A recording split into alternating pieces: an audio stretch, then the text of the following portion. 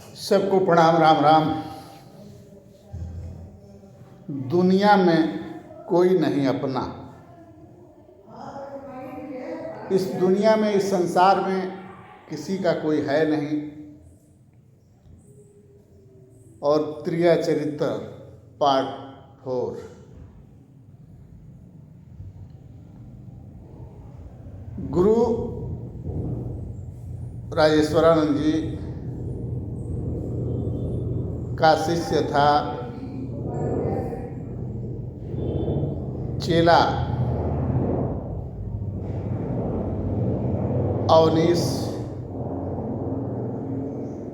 जो गुरु जी से योग सीखा करता था।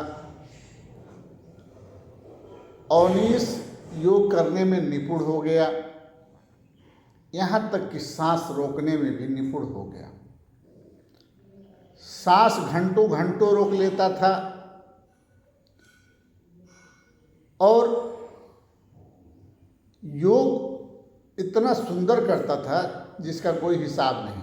यहाँ तक कि राजेश्वरानंद जी भी उसके मुरीद हो चुके थे। एक दिन की बात है, चेला रोज महाराज जी के यहाँ आता था, रहता था, दिन भर रहता था, रात को सोते समय जाता था। अकस्मात वो 14-15 दिन अइबे नहीं किया।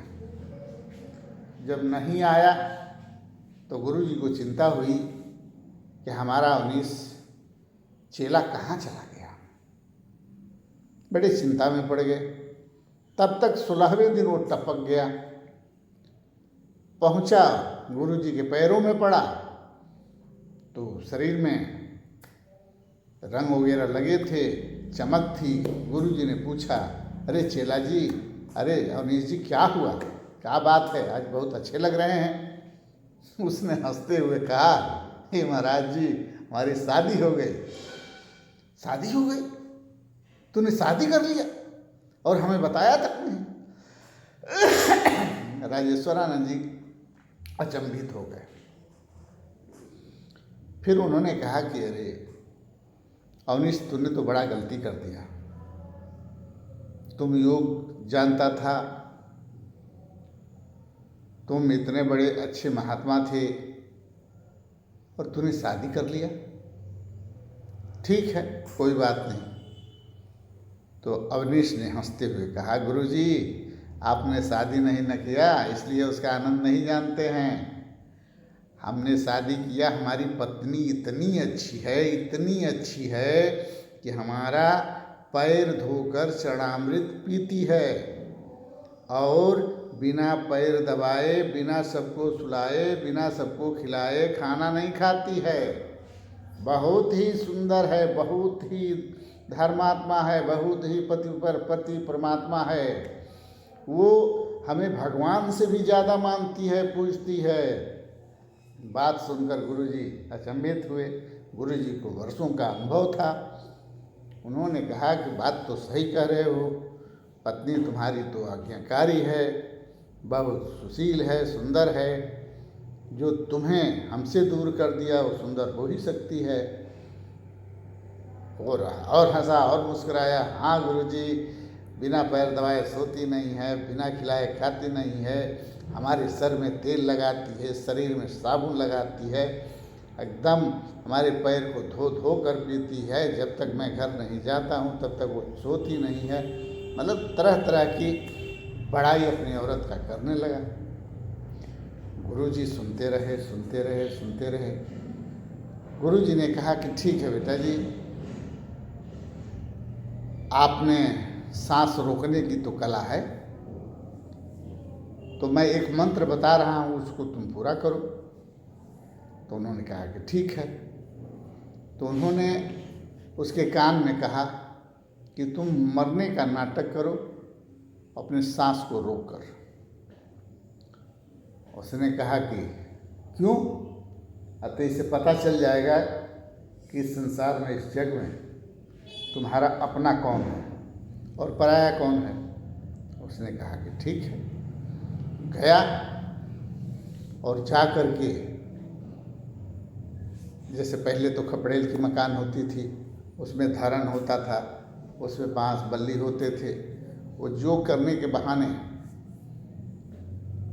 घर तो पहुंचा, लेकिन घर जाने के बाद कहा कि मैडम, हमको खीर खाने का मन कर रहा है और बहुत इच्छा है कि खीर पूड़ी बना देती, सब्जी बना देती, हम खा लेते।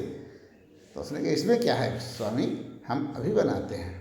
वो बनाने चली गई, वो योग करने अपने घर में चले गए और दोनों लोग अपना कार्य कर रहे थे। उसी बीच खीर की सुगंध से चेले को पता चली, अवनीश को पता चली कि खीर बन चुकी है, अब हमारी पत्नी आएगी। तो वो क्या किएगी, बड़ेरी जो होती है ना, जो बड़ेरी धरन उसमें अपना पैर फंसाकर ऐसे, और वो लटक गया, लटक के सांस रोक लिया। सांस रोक के एकदम पड़ गया, शिथिल एकदम, ना हार्ट चले, ना दिल चले, ना दिल चले, कुछ नहीं, पल्स वगैरह कुछ नहीं चले, एकदम शीतल शांत। औरत गई, स्वामीनाथ खीर बनकर तैयार हो गई, पूड़ी बनकर तैयार हो गई, सब्जी बनकर तैयार हो गई, चलिए पा लीजिए, भोग लगा लीजिए, फिर हम भोग लगा लें, स्वामीनाथ चलिए, स्वामीनाथ चलिए। ऐसे करके बड़ी खुशी से पहुंची पास में, देख रही कि कोई चाल नहीं हो रहा है। उसने हिलाया, डुलाया, ठोका, ठाका, लेकिन सांस चल ही नहीं रही थी, पल्स चल ही नहीं रहे थे, धड़कन चल ही नहीं रही थी। बहुत चिंतित हुई, लेकिन फिर सोची कि ये तो चले गए, और अगर मैं रोना चालू करती हूँ तो अभी से उपवास रखना पड़ेगा, कब भोजन मिलेगा नहीं मिलेगा, और इधर हमारा खीर पूड़ी सब्जी बर्बाद हो जाएगा। उसने सोचा ये तो मर ही गए, चलो चलते हैं, पहले खीर पूड़ी कस के खाते हैं। भर पेट खीर पूड़ी सब्जी खाती है और खाने के बाद घूंघट काढ़ के रोना स्टार्ट करती है। और कान से तो सारी बात वो सुन ही रहे थे, वो तो सांस रोके हुए थे। जब रोने लगी तो धीरे धीरे माँ दौड़ के आई, अरे हमारे लाल को क्या हो गया। फिर पिताजी आए, अरे हमारे बेटे को क्या हो गया। सब छाती फाड़ फाड़ रोने लगे।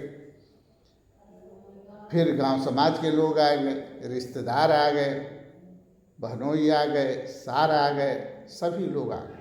सब लोग रो रहे हैं, सबके आंखों से आंसू आ रहा है, सब तड़प रहे हैं, बिलख रहे हैं।